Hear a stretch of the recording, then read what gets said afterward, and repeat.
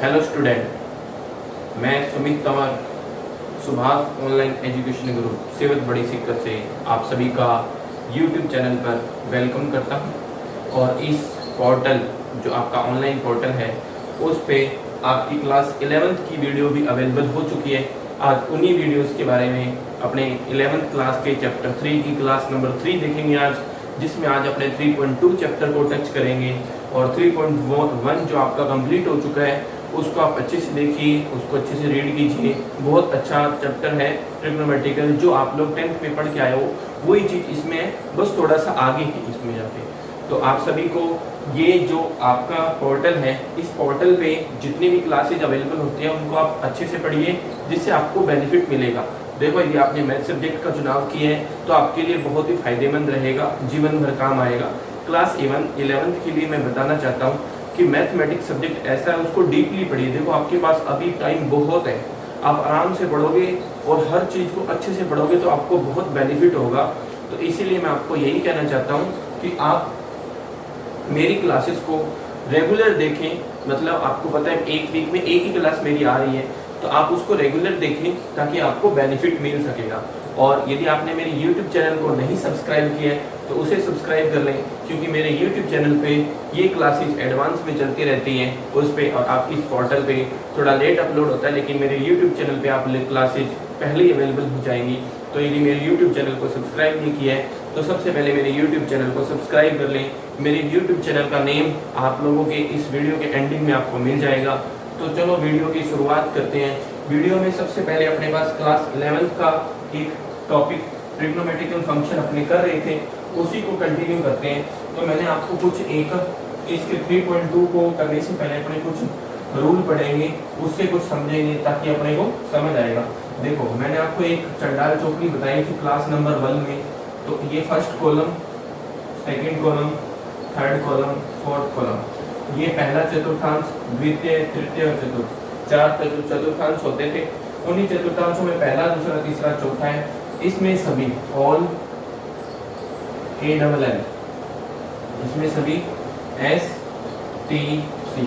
All का मतलब इसमें साइन, कोस, टेन, कोट, सेक और कोसेक सब के सब पॉजिटिव होते हैं। इसमें साइन, S का मतलब साइन, साइन का दोस्त कोसेक, ये पॉजिटिव। T का मतलब टेन, टेन का दोस्त कोट, ये पॉजिटिव। C का मतलब कोस, कोस का दोस्त सेक, ये पॉजिटिव होते हैं। बाकी इसमें जो बच जाएंगे वो नेगेटिव होते हैं। तो आप लोगों को इसी पे डिपेंड आज क्वेश्चंस करेंगे। तो अभी देखो, अपने पहले ये भी ज़्यादा इंपॉर्टेंट है, 3.2 में लगभग इसी से रिलेटेड पूरा चैप्टर मिल जाएगा आपको, ठीक है। उससे पहले मैं आपको थोड़ी सी चीज़ें और बताना चाहता हूँ। ये अपनों ने पहले लिखा हुआ है तो इसको लिखने की जरूरत नहीं है, बस इसको रिकॉल करना जरूरी था कि पहले चतुर्थांश में सभी पॉजिटिव होते हैं, दूसरे चतुर्थांश में साइन और कोसेक पॉजिटिव होता है, तीसरे चतुर्थांश में टेन और कोट पॉजिटिव होता है, और चौथे चतुर्थांश में कोस और सेक पॉजिटिव होता है। तो बस जो पॉजिटिव होता है उसको ध्यान से देखना है अपने को और उसको सॉल्व करना है। तो अब देखो, आपके सामने कुछ मैं एक ग्राफ बना रहा हूँ जो आपके लिए इम्पोर्टेंट है, जिसे y बराबर साइन एक्स का ग्राफ बनाते हैं। y बराबर साइन एक्स का ग्राफ बनाते हैं। तो देखो किस तरह से बनता है इसका ग्राफ, फिर मैं इसी की सहायता से आपको प्रांत और परिसर की बात बताऊंगा। देखो, प्रांत और परिसर क्या होता है, क्लास 11th वालों के लिए थोड़ा सा अलग टॉपिक हो जाता है। प्रांत और परिसर क्या होता है, देखो सिंपल सी बात समझ लो। प्रांत उसको कहते हैं, जैसे आप लोगों ने एक समुच्चय वर्ड, यदि आप लोगों ने चैप्टर फर्स्ट पढ़ा होगा तो वहाँ एक समुच्चय वर्ड आता है। समुच्चय होता है x के सारे अवयव, जैसे x1, x2, x3। तो इसके अंदर छोटे लिखे जाते हैं, छोटे लेटर, और बाहर होता है जो सेट होता है उसको बड़े लेटर से प्रदर्शित किया जाता है। इसी तरह से ये प्रांत हो गया, मतलब जो अपने x के मान रखेंगे वो हमारा प्रांत है। मतलब जैसे x का आपने 30 डिग्री, 60 डिग्री, 90 डिग्री और 180 डिग्री जो भी रखा, वो सारे के सारे कौन हो जाएंगे, प्रांत हो जाएंगे। और उससे आने वाला मान क्या हो जाएगा, परिसर हो जाएगा। मतलब y क्या होगा, जो मान आएगा, मतलब y1, y2, y3, इसी तरह से डॉट डॉट, ये तो आपका प्रांत है और ये आपका परिसर है। तो देखो, अपने चलो रखते हैं, इसी से अपने प्रांत और परिसर भी याद कर लेंगे। तो सबसे पहले देखो, इस पर अपने कुछ एक वैल्यूज बनाते हैं। ये 0 डिग्री, ये 90 डिग्री, ये 180 डिग्री, ये 370 डिग्री, सॉरी 270 डिग्री, और ये 360 डिग्री। इसी तरह से नेगेटिव में ऐसा बना लो -90, -90, -180, -270 और माइनस के 2 360, और यहाँ 1 बना लो और यहाँ -1 बना लो। ठीक है, क्योंकि साइन की टेबल में जब आप लोगों ने देखा होगा साइन का मान जब आप बढ़ाते तो मैक्सिमम 1 ही रहता था। आपकी जब 10वीं में आपने टेबल बनाया था तो 1 से ज़्यादा मान नहीं आ रहा था कहीं पे भी। ठीक है ना, तो अब देखते हैं यहाँ पे क्या आता है। जैसे मान लो मैं सबसे पहले साइन 0 रख रहा हूँ, तो y बराबर साइन 0, साइन 0 बराबर क्या होता है 0 होता है, तो यही वाला पॉइंट आ जाएगा 0 पे 0। ठीक है, अब मेरे पास सीधा 90 है, तो y बराबर मैं x की जगह क्या रख रहा हूँ 90 रख रहा हूँ, तो साइन 90 का मान 1 होता है, तो ये वाला पॉइंट उठ के यहाँ आ जाएगा। मतलब इसके बीच में जो मान आएंगे ना 30 डिग्री 45 डिग्री 60 डिग्री वो आ जाएंगे, यहीं पे आ जाएंगे, वो धीरे धीरे ऊपर चढ़ेंगे। ठीक है, 30 पे आधा होता है, फिर 45 पे 1/√2 होता है, 60 पे √3/2 होता है, और 90 पे 1 होता है। ठीक है, इसी तरह से हमने डायरेक्ट लिए। फिर सीधा आपको x बराबर क्या रखना है, यहाँ पे x बराबर 0 रखा, यहाँ पे x बराबर π/2 रखा, यहाँ पे x बराबर 180 रख लेते हैं, तो y बराबर साइन 180। तो साइन 180 का मतलब क्या हो गया, इसको मैं क्या लिख सकता हूँ साइन 90 + 90, और 90 + 90 का मतलब दूसरा कॉलम, तो साइन दूसरा कॉलम पॉजिटिव, तो और साइन चेंजर लाइन तो कोस 90, और कोस 90 क्या होता है साइन 90 का मतलब जो कोसाइन 0 होता है वही कोस 90 होता है, इसका मतलब 0 आ जाएगा। ठीक है, तो कोस 90 की वैल्यू 0 होती है। ठीक है, अब देखो इसी तरह से अब अपने रख लेते हैं, ये मिटा देता हूँ मैं, तो इसी तरह से अपने रख लेते हैं क्या, अब ये हो गया, अब 270 रख लेते हैं, मतलब x बराबर रखा मैंने 3π/2, तो y बराबर मेरा क्या आ जाएगा साइन 3π/2 का मतलब हो गया कितने डिग्री 210 डिग्री। ठीक है, 270 डिग्री होगा। ठीक है, 90 90 हाफ, इसमें देखो सिंपल सी बात है, 90 में 90 जुड़ा 180, 180 में 90 जुड़ा 270, 270 में 90 जुड़ा 360, तो 90 90 का डिफरेंस कर रखा है हमने। ठीक है, तो ये 270 डिग्री, तो 270 डिग्री को आप क्या लिख सकते हो, इसको आप ये लिख सकते हो ना 180 + 90 लिख सकते हो। आपको पता है साइन 180 + 90 क्या होता है साइन। अब देखो सबसे पहले तो देखो 180 + 90 कौन सा कॉलम आएगा, तीसरा कॉलम, तो नेगेटिव आएगा। साइन तीसरे कॉलम में क्या होता है नेगेटिव होता है, और इसी तरह से अब चौथे कॉलम की बात कर लें, सॉरी तीसरे कॉलम में नेगेटिव होता है, तो साइन अब चेंजर लाइन की no changer line, no changer line, तो साइन 90 और साइन 90 का मान 1 और -1 आ जाएगा। मतलब जब 370 रखो 270 रखोगे तो कितना आएगा -1, यहाँ वाला पॉइंट आ गया। ठीक है, अब 360 रखना है, मतलब y बराबर x बराबर क्या रखोगे 360, मतलब 2π, तो साइन 2π, y बराबर साइन 2π, तो y बराबर आ जाएगा साइन 360, तो 360 को आप क्या लिख सकते हो 270 + 90 लिख सकते हो। ठीक है, या 180 + 180 लिख लो, एक ही बात है, लेकिन 180 का मान आना चाहिए, फिर वही बात है वैसे यहाँ पे है 180 का मान अपने याद करके आए थे, ये लिख दिया तो 270। अब देखो साइन 90 प्लस, तो सबसे पहले बात चौथा कॉलम, चौथे कॉलम में नेगेटिव होता है। अब साइन चेंजर लाइन, तो साइन किस में बदल जाएगा कोस, तो कोस 90, कोस वैसे ही 0 होता है, तो -0 लिखो चाहे +0 लिखो कोई फर्क पड़ेगा, कोई फर्क नहीं पड़ेगा। मतलब ये मान देखो ऐसे चला, ऐसे डाउन हुआ, फिर ऐसे चला, इसका मतलब मैक्सिमम मान 1 रहा और मिनिमम मान -1 रहा। ठीक है ना, अब इसी तरह से इधर भी देखते हैं, क्या इधर भी मैक्सिमम 1 और -1 ही रहता है या कुछ और आता है। ठीक है ना, आप इसी तरह से इधर भी चेक करेंगे, तो इधर चेक करते हैं। देखो ये वाले मान आप लिख लेना, बाद में जो जो रख रहे हैं वैसे वैसे आ रहे हैं। ठीक है ना, मैं ग्राफ बना के बता दूंगा, फिर वहां से अपने प्रांत और परिसर लिखेंगे। ठीक है ना, तो ये आ गया। अब आप रखोगे -90, तो साइन -90, वैसे भी साइन के अंदर -x क्या होता है -12 आ जाता है, तो माइनस का 90 और साइन 90 क्या होता है 1 होता है, तो -1 आ जाएगा। इसका मतलब बिंदु कहाँ मिलेगा, यहाँ पे मिलेगा। ठीक है, फिर साइन 180, अभी अपने पढ़ों ने याद किया था माइनस है, तो माइनस साइन 180, 180 में कितना आया 0, तो 0 पे माइनस लगाओ प्लस लगाओ कोई फर्क पड़ेगा, कोई फर्क नहीं पड़ता, 0 आ जाएगा। फिर 270 रखोगे, तो साइन -3π/2, तो यहाँ पे माइनस साइन 3π/2, तो 3 पाई/2 पे कितना आया था, -1 आया था। तो माइनस का -1 से गुणा करोगे तो +1 आ जाएगा, मतलब ये वाला बिंदु की बार कहाँ आ जाएगा, यहाँ आ जाएगा। ठीक है, थोड़ा सा नीचे बढ़ा लो यहाँ इसके सामने। ठीक है, अब 360 रखेंगे तो साइन माइनस का 2 पाई तो -12 आ जाएगा 2 पाई, और 2 पाई 0 था तो -0 + 0 0 ही होता है। ठीक है ना, तो आपके पास ये मान इस तरह से चलेंगे, ये ऐसे गया,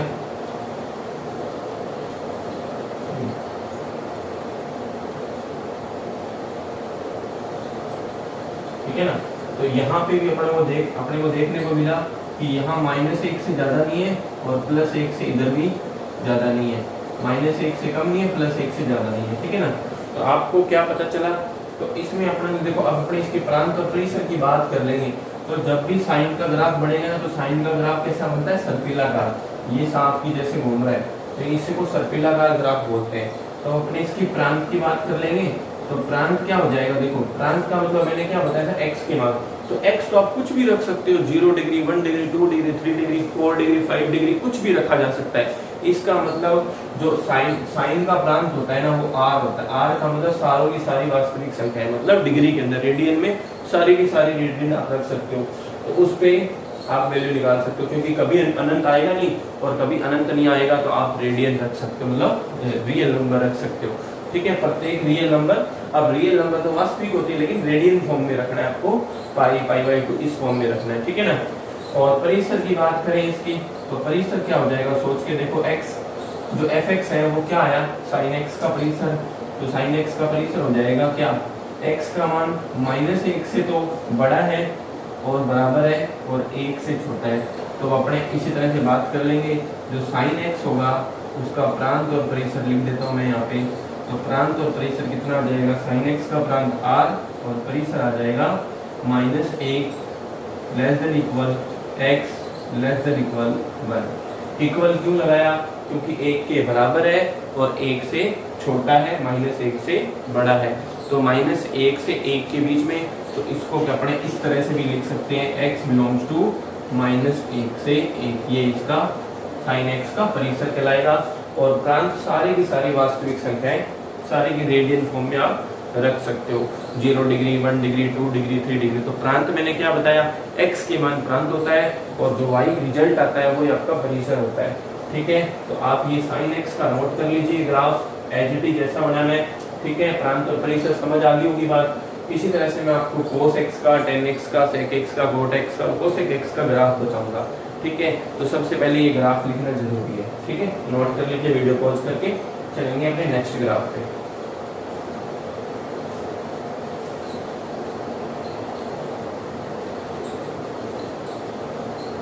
अब अपने नेक्स्ट बात कर लेते हैं, y बराबर cos x का ग्राफ किस तरह से बनेगा। तो देखते हैं cos x का ग्राफ कैसे बनेगा। तो वापस वही चीज बना लो। ठीक है, तो यहाँ पे अपना π/2, 90, 180, 270 और 360। ठीक है, इसी तरह से -90, -180, -270 और फिर यहाँ पे -360। तो यहाँ पे +1 और यहाँ पे -1। अब देखते हैं इसमें भी इसी तरह से आता है या कुछ अलग आता है ग्राफ। तो रखो, जैसे अपने cos 0 रखा, मतलब x बराबर 0 रखा, तो y बराबर cos 0। तो cos 0 क्या होता है, मतलब 0 पे 1 आ रहा है, यहाँ पहुँचेगा सिर्फ 0 पे, उसमें 0 आ रहा था, इसमें 1 आ रहा है। ठीक है, तो 0 पे 1 आ रहा है। ठीक है, अब आपने रखा x बराबर 90, तो y बराबर sin cos 90। तो cos 90 का मतलब क्या होता है, 0, तो 0 पे आ जाएगा 0। ठीक है, फिर x बराबर पाई रखा, तो y बराबर cos पाई, तो cos 180। तो cos 180 का कितना होता है, cos 180 का मतलब आप देखो कैसे सॉल्व करोगे, इसको आप लिखोगे cos 90 + 90। ठीक है, cos 90 + 90 लिखोगे, और cos, अब देखो सेकंड कॉलम होता है तो नेगेटिव आएगा, cos सेकंड कॉलम में नेगेटिव रहता है, तो negative changer line, no changer line, changer line, तो sin 90, तो माइनस का 1 आ गया। ठीक है, तो cos 180 का मान -1 आएगा। ठीक है, -1। फिर उसी तरह से अब अपने को रखना है 270। तो जब मैंने x बराबर 270 रखा मतलब 3π/2 रखा, तो यहाँ पे cos 3π/2 कितना आ जाएगा y बराबर, ठीक है, y बराबर 2 cos 3π/2, इसका मतलब अपने ये लिख सकते हैं cos 180 + 90, ठीक है, 270 को ये लिख सकते हैं 180 + 90। अब ये तीसरा कॉलम है तो तीसरे में नेगेटिव, ठीक है, 270 तीसरा कॉलम में आएगा, 180 + 90 तीसरे कॉलम, तो cos नेगेटिव और cos changer line, no changer line, no changer line 180, तो cos 90, और cos 90 वैसे भी क्या होता है, 0 होता है, तो -0 + 0 कोई फर्क नहीं पड़ेगा, तो यहाँ पे 0 आ जाएगा, ठीक है। अब x बराबर 2π रखोगे तो y बराबर आ जाएगा cos 360, और 360 को आप क्या लिख सकते हो, cos 180 + 90, और चौथे कॉलम में पॉजिटिव होता है cos, ठीक है, तो cos changer line, no changer line, no changer line, तो आपको पता है ये क्या आ जाएगा, cos 180 + 90 नहीं, 270 + 90 लिख सकते हैं, तो 180 + 90 तो 270 होता है। अब देखो 270 changer line, no changer line, changer line, तो sin 90 बन जाएगा, और sin 90 क्या होता है, 1 होता है, sin 90 का मान कितना होता है, 1 होता है, तो 1 आ जाएगा, पॉजिटिव 1 ऊपर चला जाएगा, मतलब cos 360 का मान पॉजिटिव 1 होता है, ठीक है। तो ये ग्राफ इस तरह से बनेगा, थोड़ा सा अपने को वो देना है, कर्व देना है, ठीक है ना, ऐसा बनेगा, ठीक है। अब इधर वाली वैल्यू पे चेक करते हैं, तो देखो ये तो जल्दी आ जाएगी, मतलब x बराबर -90 रख रहे हैं, ठीक है, तो -90 का मतलब y बराबर cos माइनस का π/2, और cos माइनस के अंदर प्लस हो जाता है, ठीक है, और cos π/2 का पहले कितना आया था, 0 आया था, तो सॉरी cos π/2 का 0 आया था, तो 0 हो जाएगा अभी भी, ठीक है। फिर -180 पर जो 180 का आया था वही मान हो जाएगा, 180 पर -1 आया था तो -1 हो जाएगा, ठीक है। 370 पे तो पॉजिटिव वाला वही वाला मान हो जाएगा, 370 पे कितना आया था, 370 पे भी 0 आया था, cos 90 0 होता है, तो 0 हो जाएगा। फिर इस पे 360 पे कितना आया था, पॉजिटिव 1 आया था, तो पॉजिटिव 1 हो जाएगा। माइनस से तो कोई फर्क पड़ने वाला ही है, क्योंकि cos के अंदर जो नेगेटिव होता है ना वो पॉजिटिव थीटा होता है, ये मैंने आपको पहली वीडियो में बताया होगा, आपने अच्छी तरह से ये वीडियो देखा है तो वहाँ आपको ये पूरी डिटेल मिल जाएगी। यदि आपने इसको नहीं देखा तो उस वीडियो क्लास में जाके पहले नंबर की, मतलब इसके पहले नंबर की क्लास, इंट्रोडक्शन क्लास जरूर देखें, वहाँ पे सारी डिटेल से बताई हुई है बात, ठीक है। तो अब इसका ग्राफ बनाएंगे, इसको बनाएंगे तो देखो कुछ इस तरह से बनेगा, ये बनेगा, ये इस तरह से चलेगा। अब मैं इनकी वैल्यूज बिठा देता हूँ और अपने को प्रांत और परिसर लिखते हैं, ठीक है। तो देखो अपने पास प्रांत और परिसर में क्या आ जाएगा, यदि वैल्यू लिखना हो ना तो वीडियो पॉज करके आप लिख सकते हो वैल्यूज को। तो इसका प्रांत लिखेंगे, इसका प्रांत देखो क्या हो जाएगा, सोच के देखो। प्रांत में आप सारी वैल्यू लिख सकते हो कि नहीं लिख सकते हो, कि भाई सारी की सारी रेडियन वैल्यू लिखी जा सकती है, तो प्रांत इसका भी क्या हो जाएगा r, क्योंकि देखो 0 डिग्री रख सकते हो, 90 रख सकते हो, किसी पे इनफाइनाइट आ रहा है क्या, नहीं इनफाइनाइट नहीं आ रहा, इनफाइनाइट नहीं आ रहा, तो हम इसको पूरा का पूरा लिख सकते हैं रेडियन, ठीक है। और उसके बाद परिसर की बात करेंगे, तो परिसर क्या हो जाएगा, सोच के देखो परिसर क्या होगा कि इसकी मैक्सिमम वैल्यू -1 और मिनिमम वैल्यू -1 आ रही है, तो इसका परिसर भी वही हो जाएगा जो उसका परिसर था, किसका, साइन का। तो यहाँ पे आप cos x का परिसर कहोगे ना, cos x का प्रांत तो क्या हो जाएगा, प्रांत हो जाएगा r, और परिसर की बात करेंगे तो -1 < x <1, ठीक है। तो ये आपका प्रांत और परिसर हो जाएगा, जिसमें साइन का प्रांत और cos का प्रांत लगभग सेम होता है, ठीक है, क्योंकि -1 से 1 इसमें भी वही आ रहा है, ठीक है। तो आप वीडियो पॉज करके इसको नोट कर लीजिए। चलेंगे अब अपने इसके 10 वाले ग्राफ में। यदि मैं 10 वाला ग्राफ बताता हूँ तो आपको पूरी बात समझ आ जाएगी, तो आगे वाले 3 बनाए जा सकते हैं। तो मैं 10 वाला ग्राफ बता के फिर सीधा प्रांत और परिसर बता दूँगा, ठीक है। वीडियो पॉज करके इसको नोट कर लीजिए, फिर अपने आगे चलते हैं।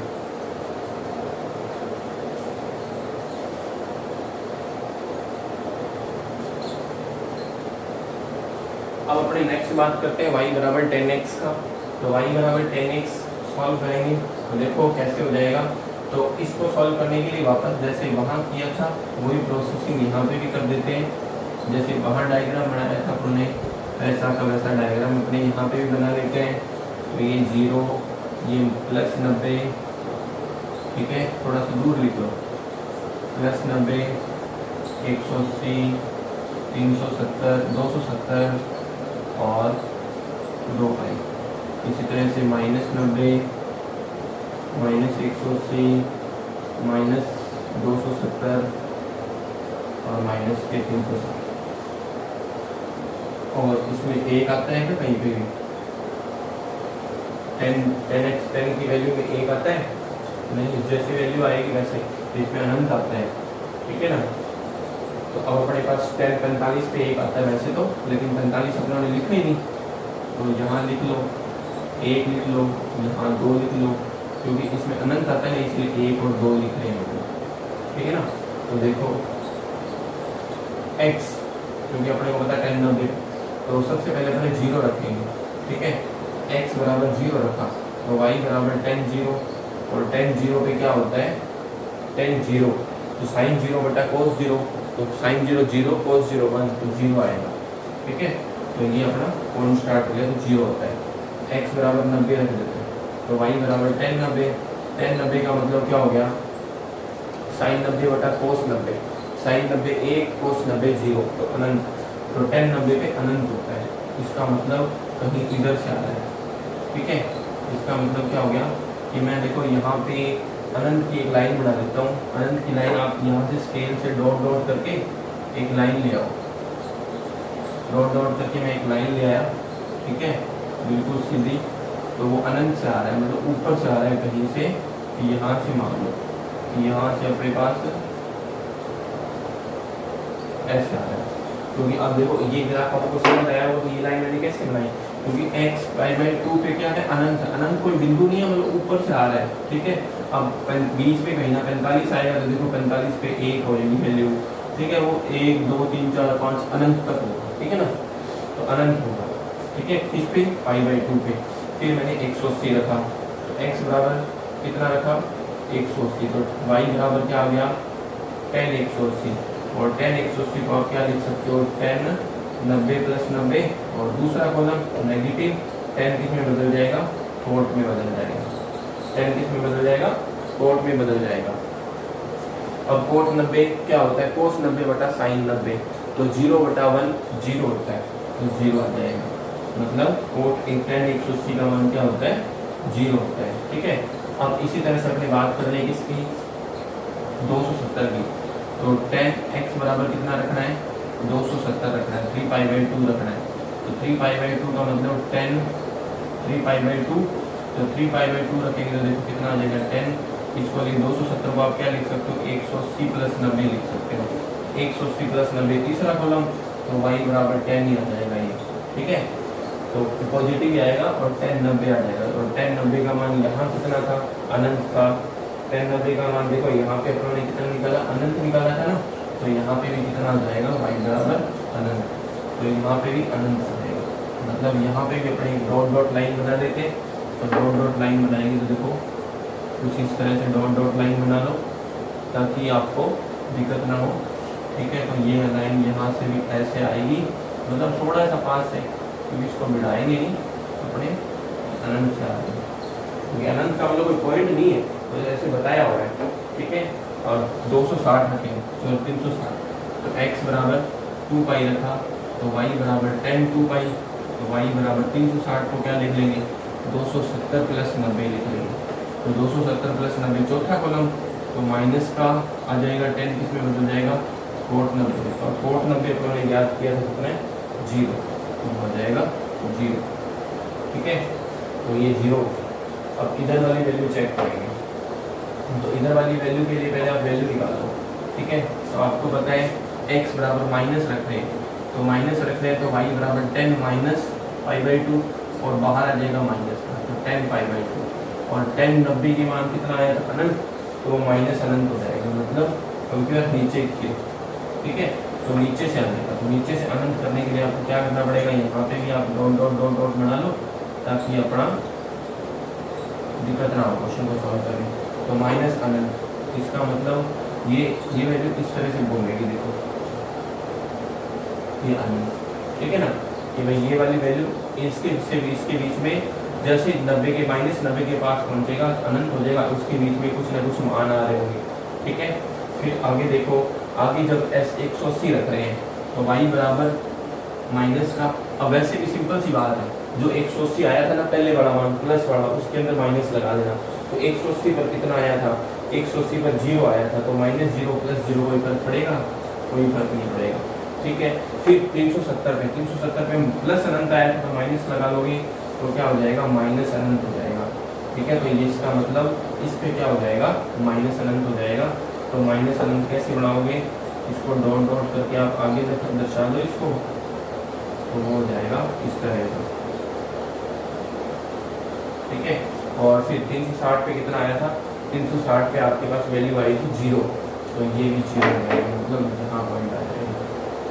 ठीक है, तो इस तरह से ग्राफ बन जाएगा। आपको दिख रहा होगा ग्राफ, ये कुछ इस तरह से ग्राफ है, और -90 + 90 के बाद आपके पास यदि मैं इसको ऐसे बनाऊंगा तो वापस इस तरह से ग्राफ इस तरह से बनेंगे, ये इस तरह से जाएगा, तो 2 लाइन इधर बनी, 2 लाइन इधर बनी। ठीक है, तो ये आपका ग्राफ बन गया किसका, 10 का। तो मैं वैल्यू मिटा देता हूँ ताकि आपको पूरा ग्राफ अच्छे से दिख जाए। ठीक है, तो फिर अपने इसका प्रांत और परिसर रखेंगे। ठीक है, अब देखो इसमें इनफाइनाइट मिल रहा है ना, तो प्रांत अब की बार थोड़ा अलग मिल जाएगा। तो देखो प्रांत कैसे मिलेगा, इसका प्रांत, तो इसका प्रांत क्या है, वैसे रख तो सारे सकते हैं, लेकिन देखो सारे रेडियन नंबर रख तो सकते हैं, लेकिन कुछ रेडियन पे इनफाइनाइट आ रहा है, तो वो अपने इसमें से निकाल रहे हैं, तो उसको इसमें से निकाल देंगे आर में से, जो अपने रेडियन में रख रहे हैं, मतलब सारे। देखो आर का मतलब क्या, सारे वैल्यू रख सकते हो, लेकिन वो वैल्यू नहीं रखनी जिस पे अनंत आ रहा है। तो देखो अनंत किस पे आ रहा है, जब मैं प्लस का 90 रख रहा हूँ या माइनस का 90 रख रहा हूँ, जब मैं माइनस का 3 पाई, मतलब देखो 1 3 आगे 5 पे आएगा, फिर 7 पे आएगा, मतलब 1 π/2 3 π/2 5 π/2 इस तरह से आएगा। इसका मतलब 2n + 1 π/2, इसको बोलते हैं 2n + 1, और n बिलोंग्स टू क्या है, z। ये आपका प्रांत हो जाएगा। और परिसर क्या हो जाएगा आपका, परिसर की बात करें तो सोच के देखो, परिसर क्या होगा कि अपनी मैक्सिमम वैल्यू कहाँ तक जा रही है, अनंत। ये तो आपका प्रांत हो गया। तो अपने इसी परिसर की बात करेंगे तो परिसर में देखो 1 2 मतलब y का मान, तो ये तो x का मान था कि x का मान ये रख सकते हो, y का मान देखो क्या आ रहा है कि y का मान आपके पास 1 2 3 4 5 सारे आ रहे हैं। तो इसका मतलब परिसर क्या आ रहा है, रियल नंबर आ रहा है। मतलब देखो 1 2 3 4 5 6 7 8 9 10 अनंत तक आ रहे हैं। ठीक है, और इधर भी अनंत तक आ रहे हैं, तो सारे के सारे रियल नंबर आ रहे हैं। ठीक है ना, तो ये आपका क्या हो जाएगा, परिसर हो जाएगा। ठीक है, आपको बात समझ आई होगी। ये प्रांत ये कैसे लिखा मैंने, और परिसर ये कैसे लिखा, ये मैंने क्यों लिखा, देखो 2n + 1 समझ लो। देखो दोबारा से समझा देता हूँ, 2n + 1 π/2 क्यों लिखा, क्योंकि 2n + 1 का मतलब क्या हो गया कि जब मेरा π/2 है या +π/2 या -π/2, देखो n एक बार इसको समझ लो, π/2 को समझ लो, इधर वाला समझ लो, इधर वाला अपने आप समझ आ जाएगा। इसको समझा दो। तो देखो 1 पे, उसके बाद 3 पे, और उसके बाद 5 पे, क्योंकि किस पे अनंत हो रहा है, 90 पे 200, मतलब 1 π/2 3 π/2 5 π/2 इन पे अनंत हो रहा है। तो इसमें जैसे आप देखो n की जगह आप यदि 0 रखोगे तो 1 π/2, 0 के बाद 1 रखोगे तो 1 का मतलब 3 π/2, 2 रखोगे तो 5 π/2। इसी तरह से अब देखो n क्या है, z है, मतलब पूर्णांक नंबर है। मतलब z का मतलब क्या होगा कि पूर्णांक नंबर है। पॉजिटिव 1 भी रख सकते हो और नेगेटिव 1 भी रख सकते हो, क्योंकि नेगेटिव में भी तो अनंत आ रहा है कि नहीं आ रहा। बात समझ में आई कि आप पॉजिटिव में भी देख रहे हो, नेगेटिव में, दोनों में क्या आ रहा है, अनंत आ रहा है। इसीलिए ये इसका प्रांत हो जाएगा और ये इसका परिसर हो जाएगा। आई होप आपको पूरी बात समझ आई होगी। तो आप इसको वीडियो को पॉज करके इसको नोट कर लीजिए। मैं आपको डायरेक्ट लिख दूंगा कौन कौन से प्रांत और परिसर, नहीं तो ग्राफ बनाएंगे तो देखो आज की क्लास में सिर्फ ग्राफ ही बनेंगे, तो इसके ग्राफ कुछ आगे वाले आने वाले ग्राफ भी इसी तरह से होंगे। ठीक है, और मैं आपको डायरेक्ट प्रांत और परिसर लिख दूंगा यहाँ पे, तो वीडियो पॉज करके इसको नोट कर लीजिए। मैं बाकियों के प्रांत और परिसर लिख देता हूँ। ठीक है,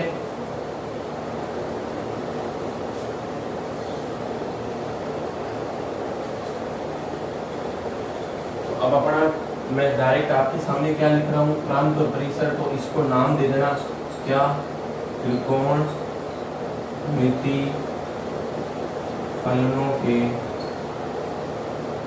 प्रांत व परिसर। प्रांत और परिसर किसके हो जाएंगे, देखो सबसे पहले यहाँ पे फलन लिख लो, एक टेबल बना लेना, यहाँ पे प्रांत लिख लो, और यहाँ परिसर है 2। ठीक है, तो फलन हो जाएगा साइन एक्स। तो साइन एक्स का प्रांत आर, परिसर -1 less than equal x less than equal 1। इसको आप ऐसे भी लिख सकते हो x बिलोंग्स टू -1 से। ठीक है, ये लिखो चला लिखो कोई फर्क नहीं पड़ता। ठीक है, उसके बाद आप cos x लिखोगे तो cos x का भी प्रांत 1r, ये भी -1 से 1 के बीच में रहता है। ठीक है, ये दोनों को दिए थे। tan का अभी थोड़ा नहीं किया था। tan का प्रांत क्या होता है r - 2n + 1 π/2 और n बिलोंग्स टू z और परिसर अपना r होता है। ठीक है, n के बाद कोट, तो कोट x का r - n पाई और n बिलोंग्स टू z होता है इसका। ठीक है, और परिसर क्या होता है r - -1 less than x, equal नहीं आता है, इसमें ध्यान रखना। ठीक है, कि r में से ये चीज़ घटानी है। इसी तरह से कोट के बाद आ जाएगा सेक, तो सेक x का लिखेंगे तो वो यही होता है r माइनस ये वाला r - 2n + 1 π/2 और n बिलोंग्स टू z। ठीक है, n बिलोंग्स टू z और इसका परिसर यही होता है अपने पास जो ऊपर लिखा है ना अपने, ये इसका परिसर होता है -1 लेस देन x, दोनों का परिसर सेम होता है। ठीक है, सेक के बाद कोसेक, तो कोसेक x का क्या हो जाएगा r - n पाई और n बिलोंग्स टू z होता है। और कोसेक x का परिसर क्या हो जाएगा, कोसेक x का परिसर आपके पास r हो जाएगा। ठीक है, मतलब सारी वैल्यूज आएंगी, जैसे 10 का मान आया था ना, लगभग 10 के जैसा ही इसका परिसर होता है, मतलब सारे मान आ सकते हैं। ठीक है, तो ये आपका काफ़ी इम्पोर्टेंट टेबल हो जाएगी जो आपके 11th में काम आने पूरे सेशन काम आएगी। आपके कहीं पे भी आप देखोगे ना तो ये वाली चीज़ आपको बार बार देखने को मिलेगी। यदि आज आपने इसको अच्छे से समझ लिया तो ये आपके जीवन भर काम आएगा, क्योंकि आप लोगों ने मैथ सब्जेक्ट का चुनाव किया है।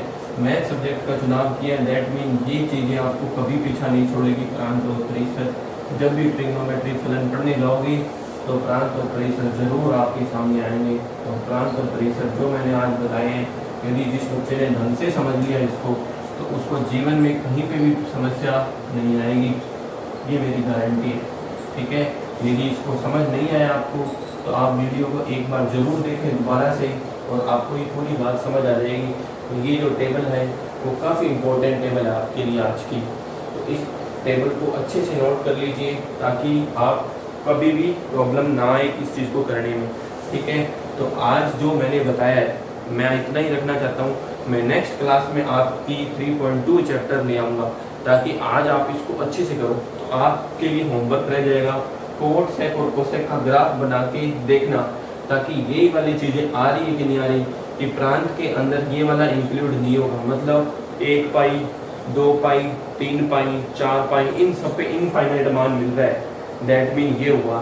ठीक है, इसमें तो सेम ही है, इसमें जो मैंने बताया वही, और इसमें भी वही चीज़ है कि 1 पाई 2 पाई 3 पाई 4 पाई इन पे इनफाइनाइट मान मिलता है। और इसका मतलब क्या हो गया, आर के अंदर -1 और 1 नहीं आ रहा, -1 और 1 नहीं आ रहा, माइनस और 1 नहीं आ रहा, इसमें आर में सभी आ रहे हैं।